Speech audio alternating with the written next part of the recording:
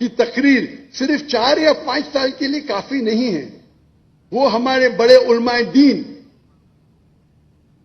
ان کا انتقال ہونے کے بعد ہم ان کے علم سے کیسے ہم مفید ہو، کس طریقے سے ہم ان کا جو علم ہے اس سے ہم فائدہ اٹھا سکتے ہیں.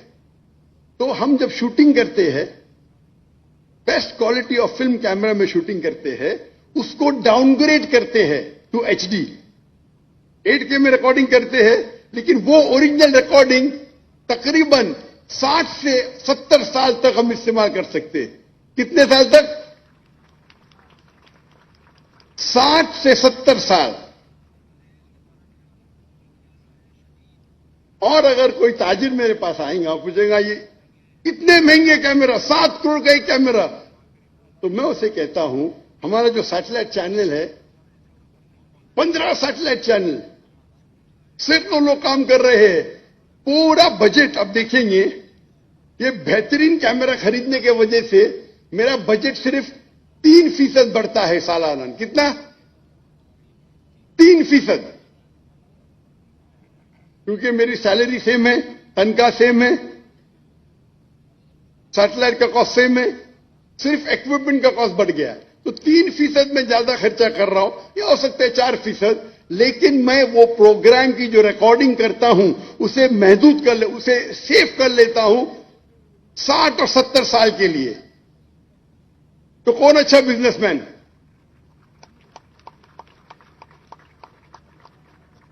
جو احمد دیدہ صاحب سے متاثر ہوا اور میں نے میرے میڈیکل پروفیشن کو چھوڑ کے ایک دائی کا پروفیشن اختیار کیا، ان کے تقریر میں پیس ٹی وی پہ دکھانا بہت مشکل ہے.